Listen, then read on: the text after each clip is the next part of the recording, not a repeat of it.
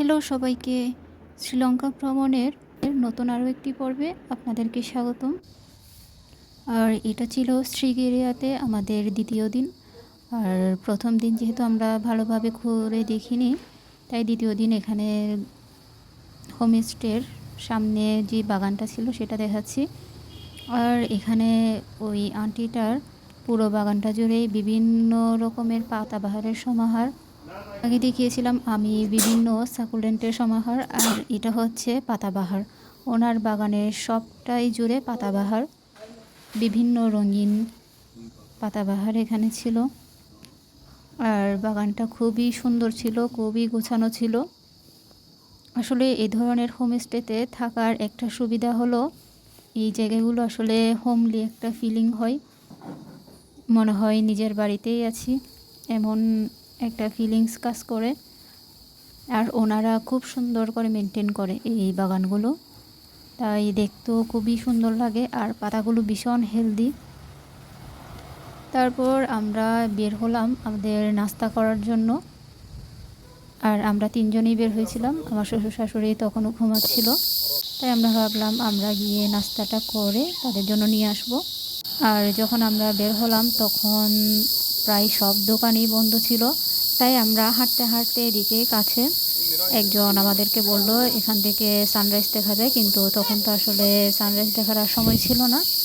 আমরা এমনিতেই উঠছিলাম এই পাহাড়টা। এখানে পাহাড়ের মধ্যে একটা ঝিঝি পোকা বা কোনো একটা পোকার এত বেশি তীব্র সাউন্ড ছিল, আমরা রীতিমতো আসলে এই সাউন্ডটা শুনলে গা ছমছম করছিল। আর আমরা কখনো এইভাবে পাহাড় উঠিনি, তাই তিনজনে ভাবলাম একটু পাহাড়টা দেখি আমরা চেষ্টা করে উঠতে পারি কিনা। আমাদের আগে আরও দুইজন ওখানে ট্যুরিস্ট উপরে বসেছিল, সেটা আমরা নিচ থেকে দেখেছিলাম। তারপর আমরা উঠছিলাম। আর এই পাহাড়ের অর্ধেক অংশে উঠে আমি এমন ভাব করছিলাম যেন আমি এভারেস্ট জয় করে ফেলেছি, কিন্তু তখনও আরও অর্ধেক পথ বাকি ছিল। আর যারা নিয়মিত পাহাড়ে ট্রেকিং করে আসলে তাদের জন্য এই পাহাড়ে ওঠা কোনো ব্যাপারই না, তবে আমাদের জন্য একটু কষ্টকরই ছিল, যেহেতু আমরা কখনো এইভাবে পাহাড়ে উঠিনি। অনেক ঘুরে ফিরে তারপর আমরা পাহাড়ে উঠতে পারলাম। আর পাহাড়ে উঠে এই ভিউটা দেখে তো জাস্ট মুগ্ধ। আর পাহাড় থেকে পাশেই শ্রীগিরিয়া লায়ন রক একদম খুব সুন্দর দেখা যাচ্ছিল। ওখানে কিছুক্ষণ সময় কাটিয়ে আমরা নিচে আসলাম।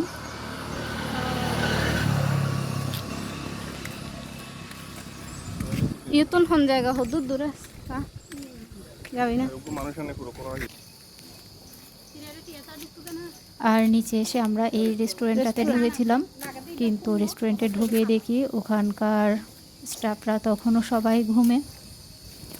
আর আমরা যখন রেস্টুরেন্টের ভেতরে ঢুকেছিলাম, ওখানকার রেস্টুরেন্টের তিনটা বড় বড় কুকুর আমাদেরকে তাড়া করেছিল রীতিমতো। আমরা ভয়ে বের হয়ে গিয়েছিলাম, কারণ তখন স্টাফরা সবাই ঘুমাচ্ছিল।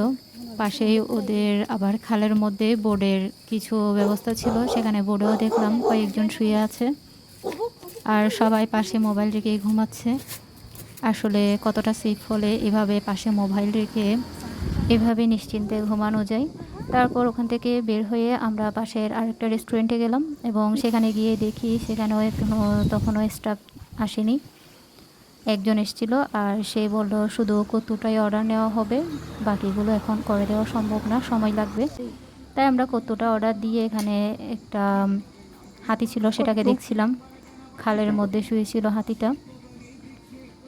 আর আমরা তিনজন বসে এখানে খেয়ে তারপর আমাদের বাকি দুজনের জন্য অর্ডার নিয়ে যাচ্ছিলাম। আর হাতিটাকে তাদের মালিক বা তাদেরকে যারা চড়ায় আসলে তারা গোসল করাচ্ছিল। আর হাতিটা ভীষণ কি বলবো জেদি টাইপের ছিল, তাকে ঘুরতে ফিরতে বললে সে কিছুতেই সেটা করছিল না, আর ওরা ভীষণ বকা দিচ্ছিল ওকে। তবে এখানে হাতিটা যখন শুয়েছিল তখন সে আসলে পটি করেছিল, আর ওর পটির পাশে সবগুলো ছোট ছোট মাছেরা কি বলবো পটিগুলো খাচ্ছিল। সেটা দেখার পর থেকে আসলে আমার মাছের উপর থেকে রুচিটা উঠে গিয়েছিল। এরপর আমি শ্রীলঙ্কায় যতদিন ছিলাম আমি আর মাছ খাইনি। তারপর আমরা রেস্টুরেন্ট থেকে বের হয়ে আমাদের হোটেলে চলে আসছিলাম। আর এখানে সকালবেলা খুব সুন্দর একটা ভ্যান গাড়ির মতো আসে, যেটাতে আসলে ওরা রুটি নিয়ে আসে আর সবাই বের হয়ে সেই রুটিগুলো কিনে। আর তারা খুব সুন্দর একটা মিউজিক বাজাতে বাজাতে এই রুটিগুলো বিক্রি করে। আর এখানে সাফারির বিভিন্ন ব্যবস্থা আছে, হাতিতে করে চড়েও সাফারি করা যায় বা জিপে করে সাফারি করা যায়।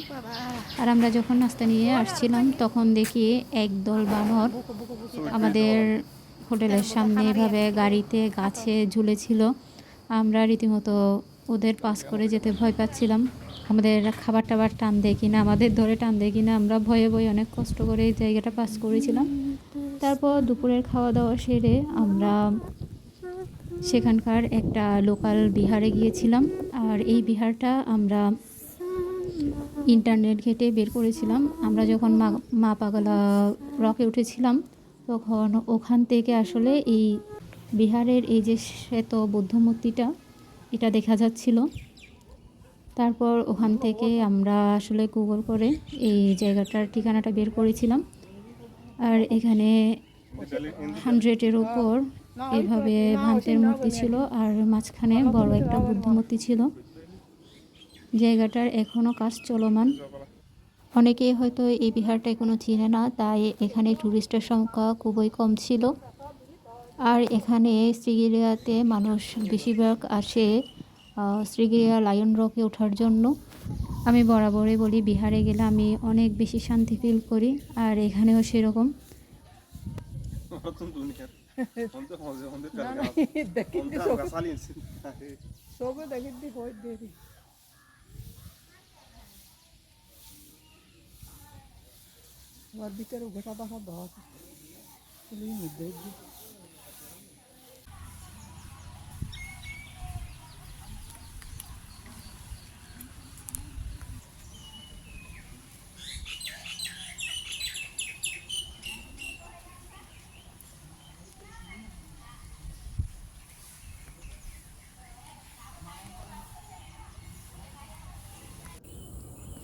বিহার থেকে এসে আমরা আবার একটু বেরিয়েছিলাম।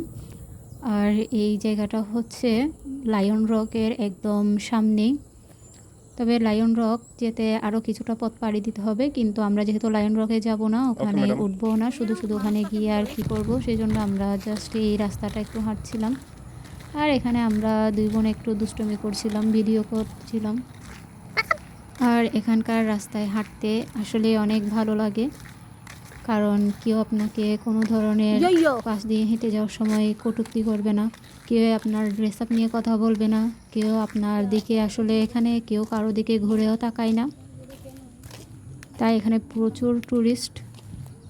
আর ট্যুরিস্টরা এখানে তাদের স্বাধীন মতোই আসলে কাপড় পরতে পারে, তাদের স্বাধীন মতোই ঘোরাফেরা করতে পারে, একা একা সাফারি করতে পারে। এখানে তাদের সেই ভয়টা আসলে নেই। ওই যে পেছনে দেখা যাচ্ছে শ্রীগিরিয়া লায়ন রক। লায়ন রক অনেক উঁচু, এতটুকু উঁচু ধরতে পারবো না, তাই আমরা সেখানে না গিয়ে আজকে সকালে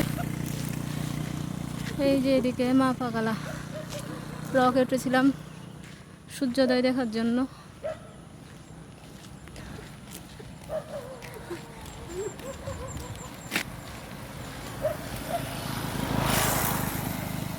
ওই তো লায়ন রক।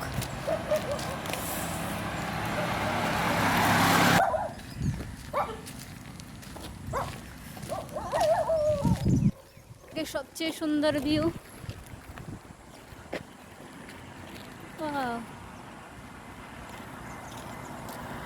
আর এই যে পাশে আমার পাশে একটা সাইকেল ফ্যামিলি যাচ্ছিল, তারা বাবা মা দুইটা বাচ্চা, চারজনে 4টা সাইকেল নিয়ে খুব সুন্দর করে যাচ্ছিল। অবশ্য তারাও ট্যুরিস্ট। শ্রীগিরিয়া lion rock. কালকে এখান থেকে আমরা চলে যাব। Tata, bye bye.